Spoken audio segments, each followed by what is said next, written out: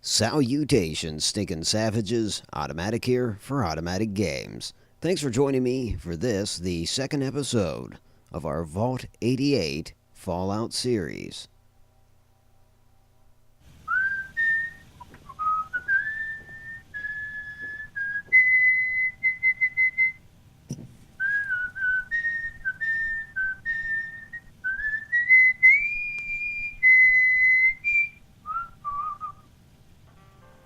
We did just get a resupply, it's true.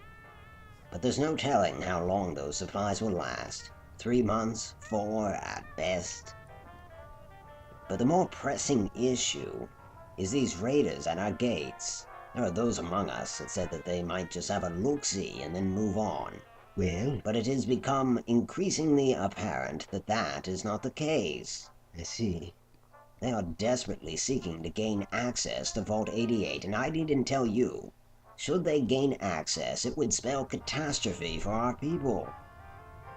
Now, with Alpha Squad back on hand, I submit to you that we use that squad to cast this enemy aside.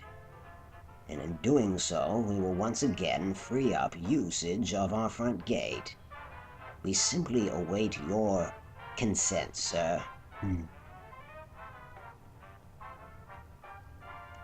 Well, and you think that Alpha Squad is capable of handling these raiders? We don't know how many there are. I have the utmost faith in these soldiers. Your Loyalty Corps is the best. And you don't have to tell me that.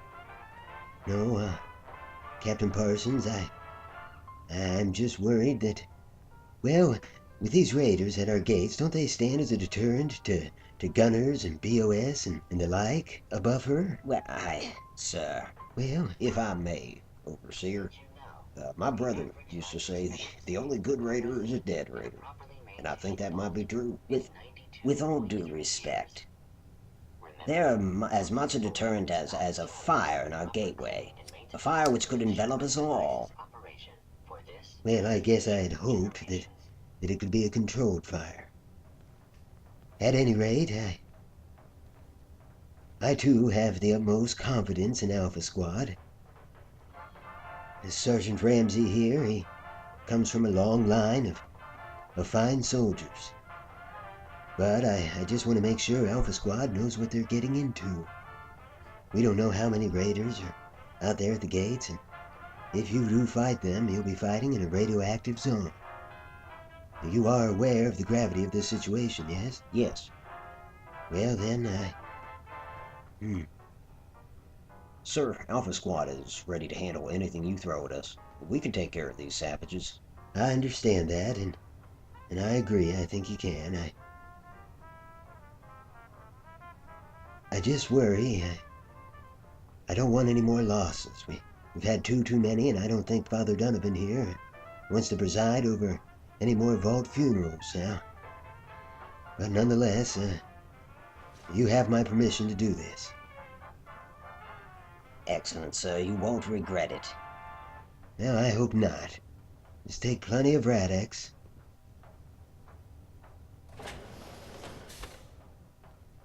And there you have it, Sergeant. Get out there.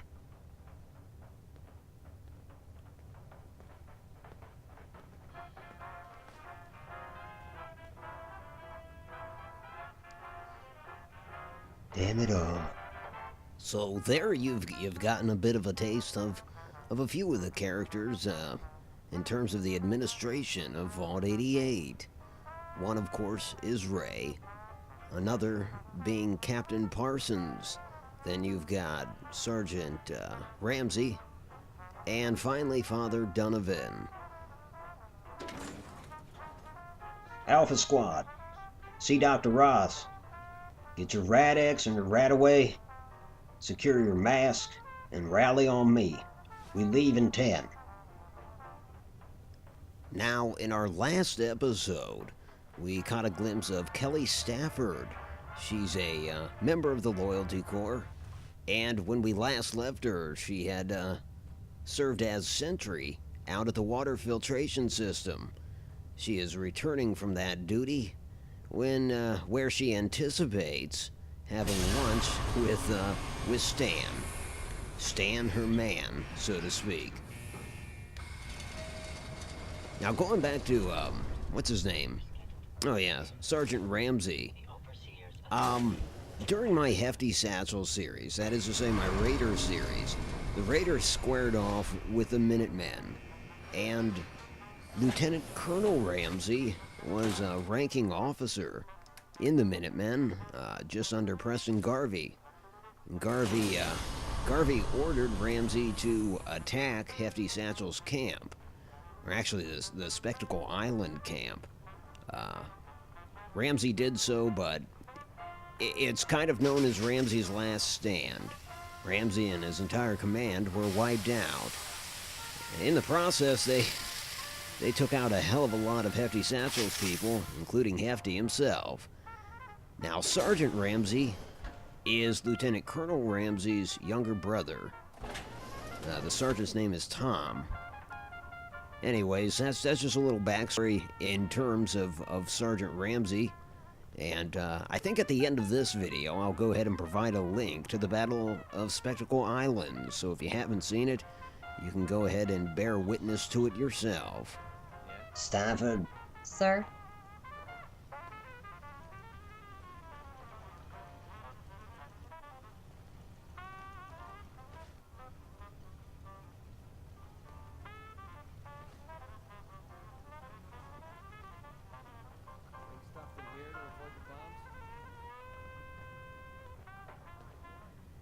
okay, boys, we're moving out. Stay on me.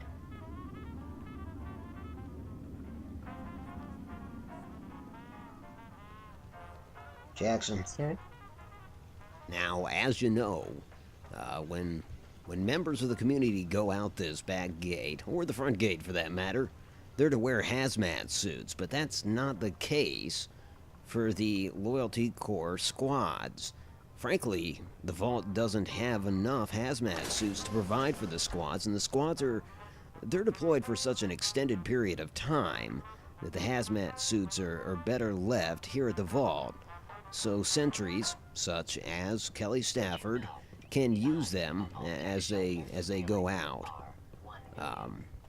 Hopefully, in the upcoming raids, we will procure enough hazmat suits to outfit every community member that ventures out of this vault. But for the time being, gas masks and plenty of Radex will have to suffice. Look, we really need to talk. No, we don't. Can we just have lunch? First we talk, then we can eat. I just need to know where we stand. I mean, what am I to you? Look, I don't want to talk about it. This is just about you being in an executive suite, yeah? I don't give a shit about living in the executive suite. I'm fine living in the singles room. If you want to... I just want to know what's going on between us. God, I don't have time for this. Stan, don't walk away. Oh my God, every fucking time.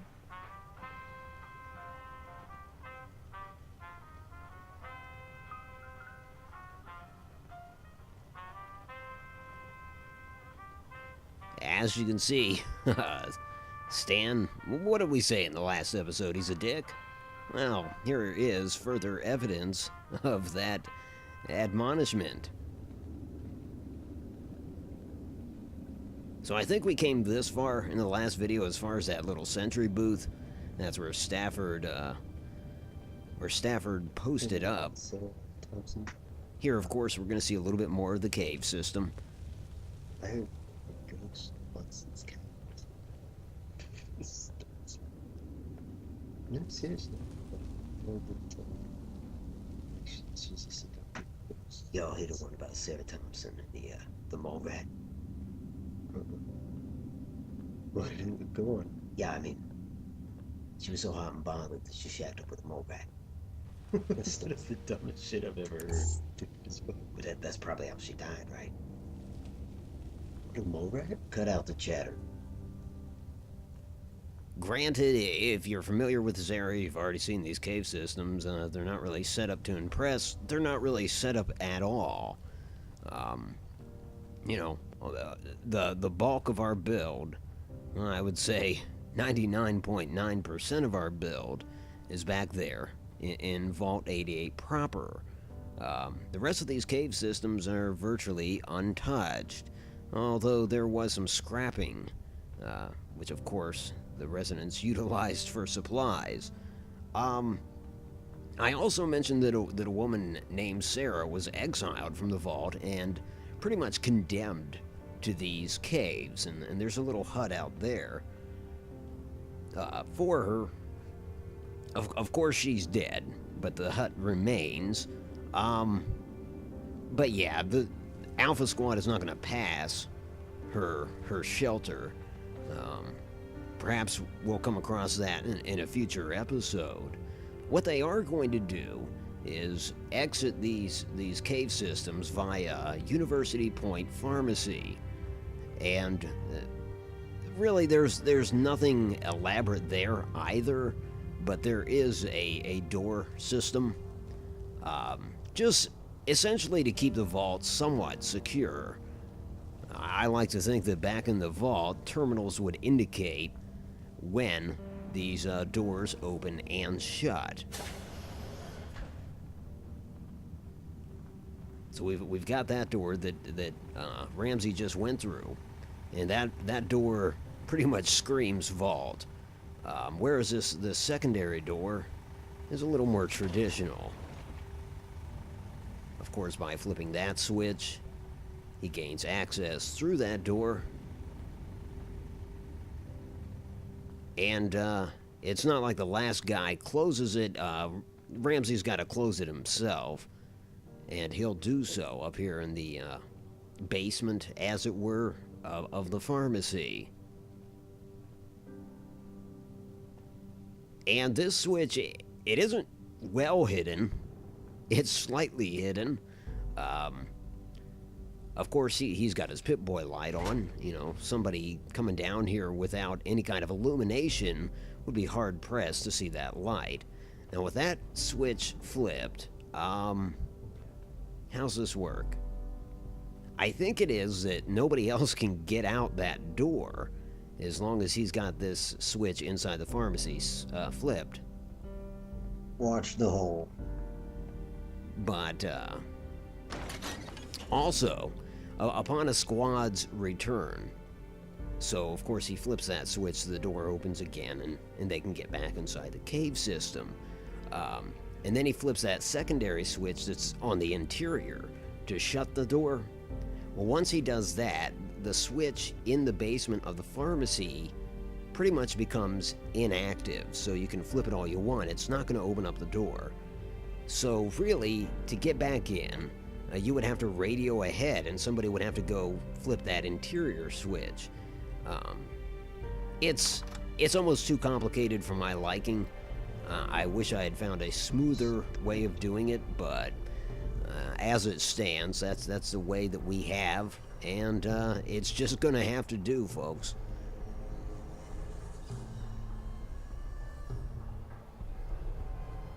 Now, this should be a short trek for Alpha Squad, and God willing, it'll be uneventful. Many of their journeys in the future will not be such. So, though you may see it as, boring, lackluster, I think that Alpha Squad pretty much appreciates any journey they take that doesn't involve a life and death struggle. That kind of goes without saying. So, this short track, should be appreciated. Having said that, those are vertibirds off in the distance. Let's hope that they do not close in on Alpha Squad, because that would complicate things, I think.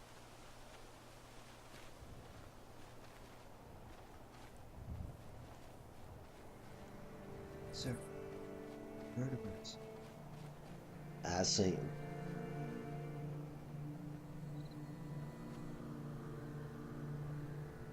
BOS. Let's go. BS.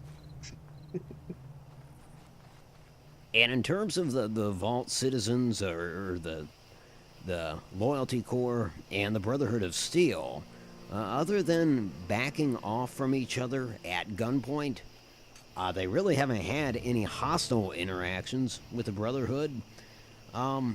they're taking kind of a wait and see approach. But you know, they don't want to get into open warfare with the Brotherhood of Steel. You don't want to get into a spitting contest with the Mirelurk Queen. You know what I'm saying? So rather, the denizens of Vault 88 would prefer to keep a low profile, and so that's what they attempt to do.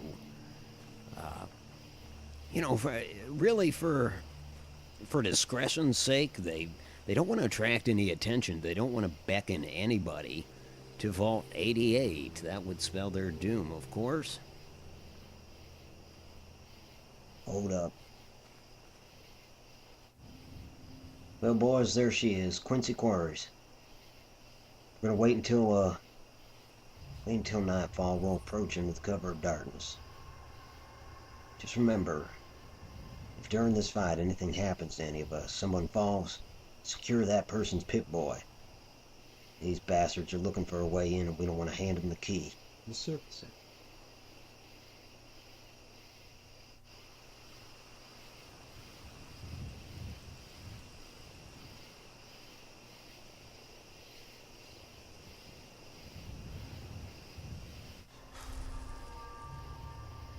Alright, boys. We're gonna move in. We'll get this done, and we'll head up to Jamaica Plain. Rendezvous with Matt. Uncle. Once we do that, we move on to 114. Vault 114? Yeah, Vault 114. It's up in Boston. Anyways, boys, let's go. Sir.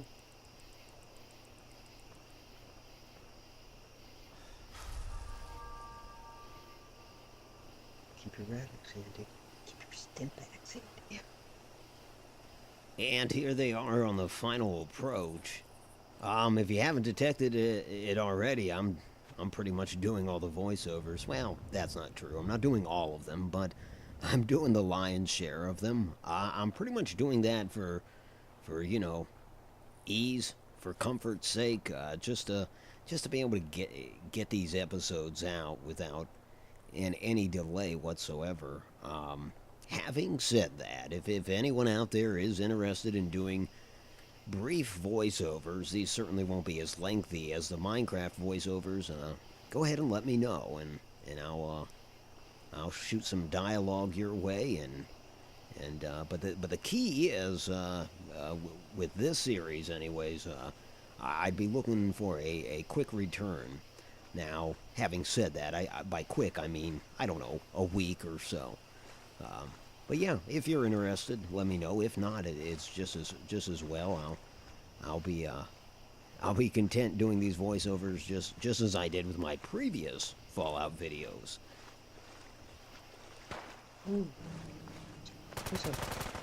Line 'em up, boys. Yes, sir. I just hope it's not an annoyance hearing different iterations of my voice throughout this whole damn thing. Shit.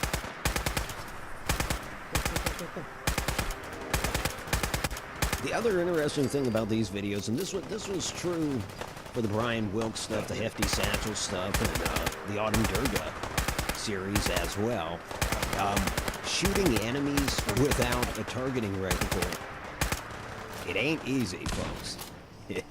It's at least we have a squad's worth of men to make up for the inaccuracy of the player characters. Keep pouring it on.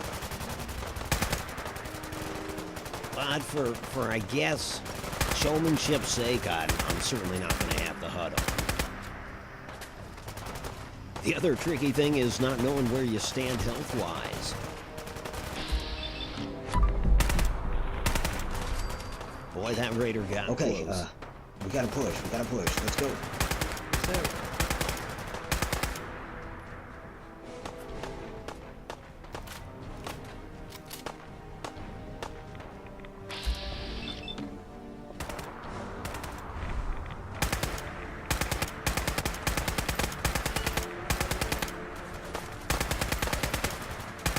certainly it's hard to detect the amount of radiation they're taking as well.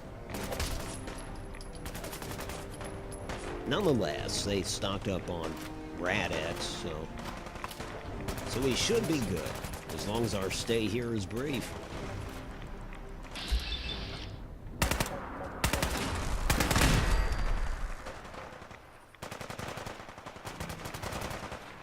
On me, let's advance. Oh yeah, sir, they're right there.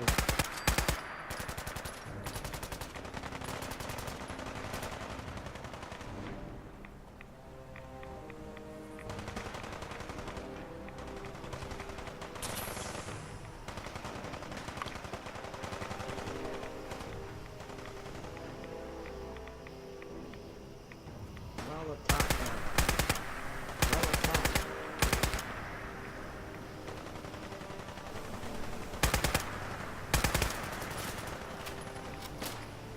Sir. Up top there.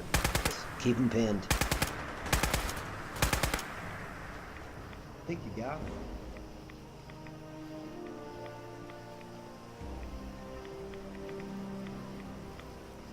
Alright, we gotta clear the gate. Come on. Another fun fact or tidbit is I'm taking the lazy route in terms of the names of these squad members. Lazy creativity, you might call it. I'm just going to use the same names that I used for XCOM. Maybe I'll switch it up a little bit, but for the most part, I'm going to stick to those names. Just makes it easier on me, I guess.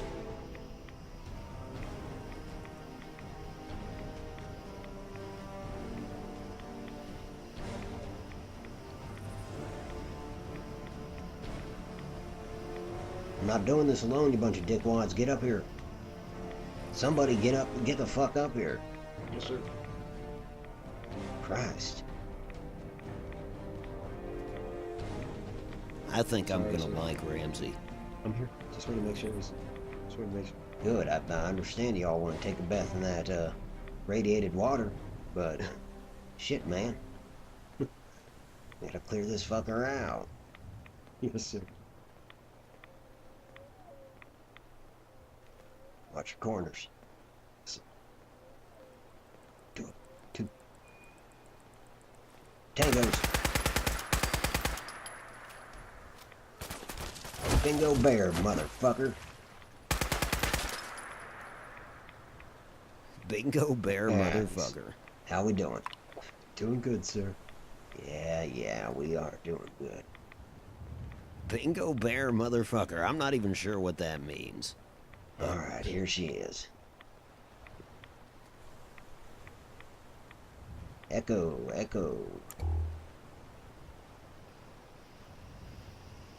It's clear. We're clear. Hell fucking yeah. Alright. And you'll notice that Ramsey, he often says boys, like, come on boys, or cut the chatter boys, or whatever. When in fact there is one female in the unit, Sandra Barron. Incidentally, that is Sophia Barron's daughter. Sophia Barron is now Sophia Reagan because she's the overseer's wife.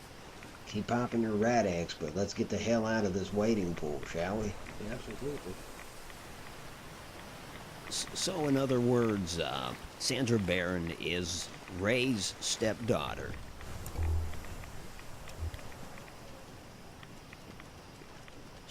She wanted to be in the Loyalty Corps. Is anyone hit? Come on, you Brahmin fuckers, rally on me.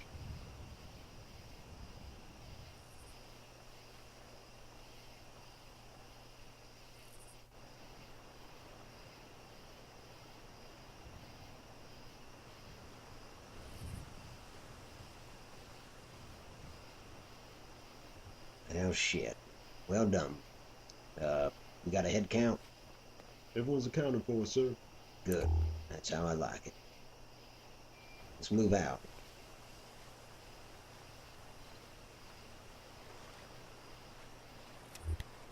And that's going to be a concern. Everybody survived this skirmish. I don't think everybody's going to survive this series. That's just, you know. Ah, shit. Here comes a rat storm. They'll keep popping that rat eggs. Yep.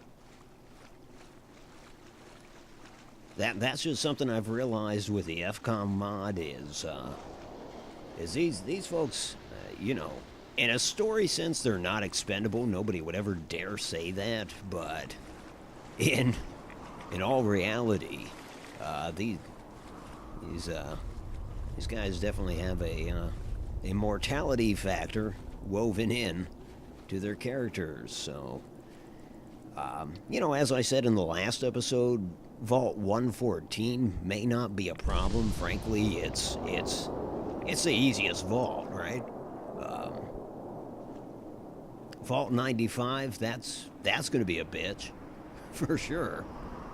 You know, I'm sitting here wondering if a squad will even be able to gain access to that place.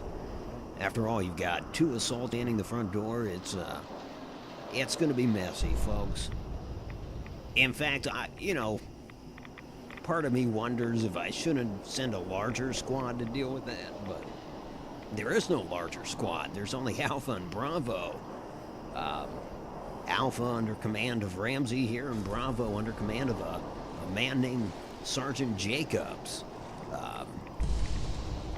And Bravo's squad, they're prone to do more nefarious things on behalf of the Vault. Now, I don't want to muddy Ray's reputation or the Vault's reputation, but suffice to say, you'll see what I'm talking about in the future if you stay tuned. Whereas Alpha Squad, they're more of a conventional squad, you know. The people that they're gunning for are genuinely baddies, so to speak. So yeah, that's kind of the dynamics you have going on there in terms of the squads.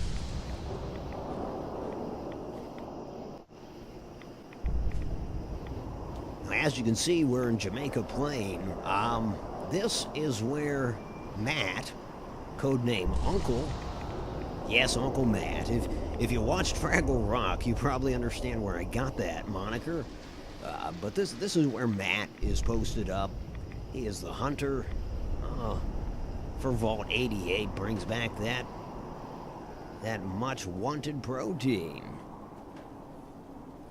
We left the door open. Fucking drunkard.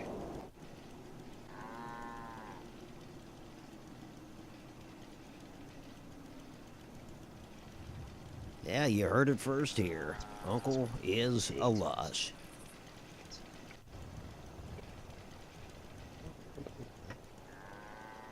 Well, boys, get comfortable.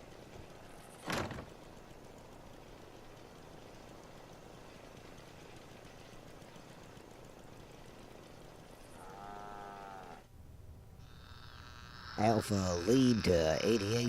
Mission is accomplished, and I'm pleased to report we have incurred no casualties. The gate is clear. I repeat, the gate is clear. Over. Acknowledged, Alpha Lead, and on behalf of a grateful community, I would like to extend to you our heartfelt gratitude and a hearty congratulations to you and your squad. 88, over and out. Kind words from the overseer, and there's his wife, Sophia. And that should do it for Alpha Squad. That should frankly do it for this episode. So anyways, thanks for joining me. This is Automatic for Automatic Games. If you like this, and if you are subscribed, I will talk to you soon, friends.